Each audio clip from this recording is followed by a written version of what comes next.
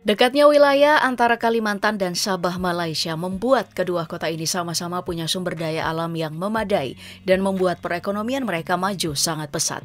Kota Lahad Datu sukses jadi eksportir minyak kelapa sawit terbesar di Malaysia. Sedangkan kota Bontang sebagai penghasil minyak gas yang juga sukses membuatnya jadi kota terkaya kedua di Indonesia setelah Kediri. Lalu bagaimana dengan sektor lain?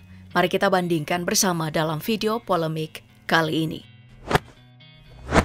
Secara geografis, Lahad Datu dan Bontang berbeda untuk luas wilayah masing-masing. Lahad Datu yang terletak di bagian Tawau, Malaysia ini memiliki luas 6.501 km persegi. Dengan luas tersebut, Lahad Datu menjadi bagian terbesar kedua setelah daerah Tongot. Sedangkan pesaingnya, Kota Bontang yang merupakan salah satu kota di Provinsi Kalimantan Timur dan berjarak 120 km dari kota Samarinda. Bontang hanya memiliki luas 161,88 km persegi. Itu pun sudah terbagi menjadi 3 kecamatan, yakni Kecamatan Bontang Selatan, Bontang Utara, dan Bontang Barat, dan 25 kelurahan. Terdapat sebuah perbedaan yang sangat jauh antara luas kedua wilayah ini. Untuk batas-batas wilayahnya sendiri, sebelah utara dan barat Kota Bontang berbatasan dengan Kabupaten Kutai Timur. Sebelah timur berbatasan dengan Selat Makassar dan sebelah selatan berbatasan dengan Kabupaten Kutai Kartanegara. Sedangkan Lahad Datu terletak menghadap ke Teluk Darvel di timur, daerah Kinabatangan di utara, daerah Tongot di sebelah barat, dan daerah Kunak dan Tawau di sebelah selatan.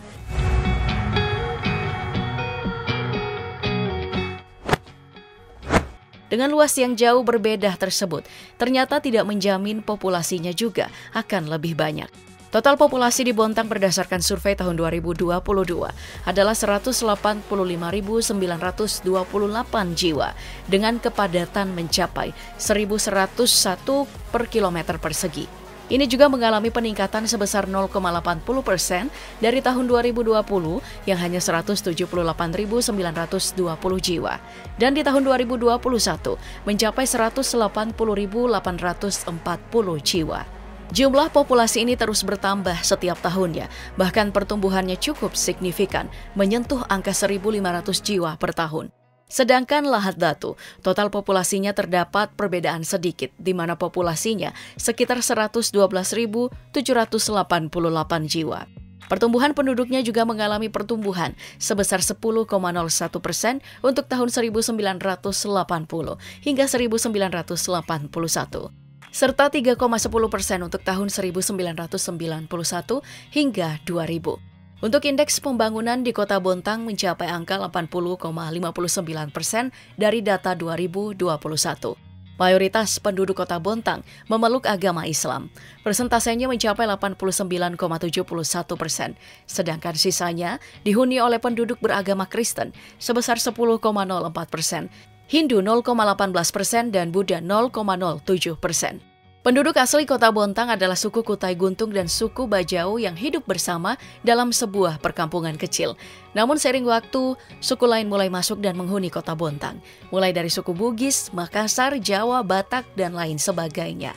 Sedangkan Lahad Datu dihuni oleh 10 etnis yang juga mayoritas beragama Islam. Beberapa etnis diantaranya juga berasal dari Indonesia, misalnya saja suku Bugis dan Jawa.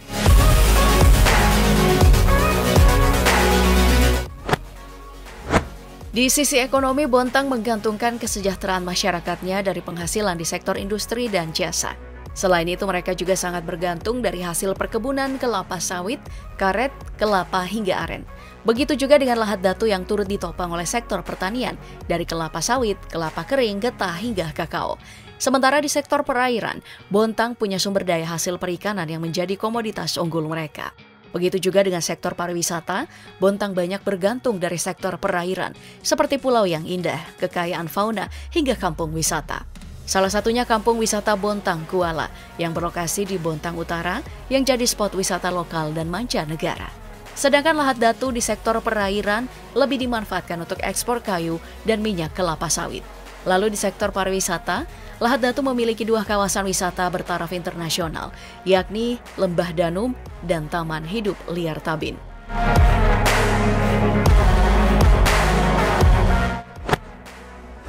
Dua sektor tersebut menjadi sumber penghasilan terbesar bagi Bontang, serta menyerap tenaga kerja yang lumayan besar. Terdapat 3 perusahaan besar di kota ini, yaitu PT Badak Natural Gas Liquefaction yang didirikan sejak tahun 1974, PT Pupuk Kaltim, dan menyusul 2 perusahaan pupuk lainnya. Gas alam cair atau LNG menjadi komoditas utama yang menopang perekonomian Bontang. Di tahun 2005 saja, total produksi LNG mencapai 42.889.510 meter kubik. Migas ini pula yang mampu membuat Bontang menghasilkan devisa sebesar 8.119.872.685.000 US dollar. Dan sebagian besarnya berasal dari migas, sekitar 7 miliar US dollar. Sedangkan untuk ekspor non-migas hanya sebesar sekitar 9 juta US dollar. Selain migas, kota ini juga punya industri amoniak dan urea. Pupuk ini diproduksi oleh PT Pupuk Kaltim yang di tahun 2005 saja mereka sudah menghasilkan 389.099 ton. Jika dirincikan, Kota Bontang memiliki 196 industri aneka yang mampu menyerap tenaga kerja mencapai 838 jiwa. Dengan nilai investasi mencapai 2,39 miliar rupiah. Lalu mereka juga punya 299 industri pertanian dan kehutanan yang mampu menyerap tenaga kerja mencapai 893 jiwa, yang mampu menghasilkan nilai investasi sebesar 14,91 miliar rupiah. Serta industri logam, mesin, dan kimia sebanyak 205 industri dengan nilai investasi mencapai 5,29 triliun rupiah. Sedangkan di sektor pariwisata, Bontang memiliki pesisir pantai yang bersih dan berpasir putih. Sedangkan Lahad Datu lebih memprioritaskan ekspor minyak kelapa sawit yang menjadi salah satu sumber penghasilan terbesar bagi Malaysia.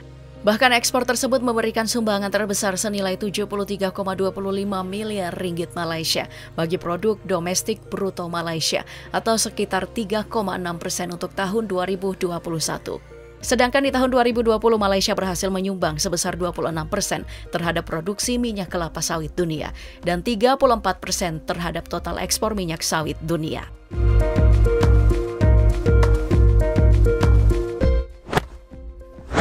Melihat potensi besar yang dimiliki Bontang tersebut, pemerintah mencanangkan pembangunan infrastruktur jaringan gas kota atau gas rumah tangga. Tujuannya agar kelak bisa menjadikan Bontang sebagai gas city, terlebih potensi besarnya sebagai kota terkaya kedua di Indonesia. Sebanyak 16.000 sambungan jaringan pipa gas akan dibangun untuk memudahkan masyarakat agar tidak lagi perlu mengganti gas ke toko-toko kelontong, karena mereka hanya perlu membayar sewa langganan per bulan di kantor pos setempat. Program ini juga tertuang dalam Perpres tahun 2010 dengan rencana kerja pemerintah tahun 2011 dan instruksi Presiden nomor 1 tahun 2010 tentang percepatan pelaksanaan prioritas pembangunan nasional tahun 2010.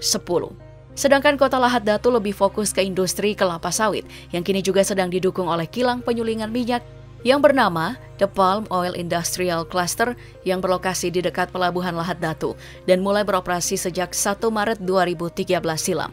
Luasnya sekitar 1.150 hektar atau sekitar 5 km persegi. Kilang minyak tersebut bahkan menyerap lebih dari 1.300 tenaga kerja, mulai dari bidang manajemen, pekerja kompeten dan terampil, serta semi terampil.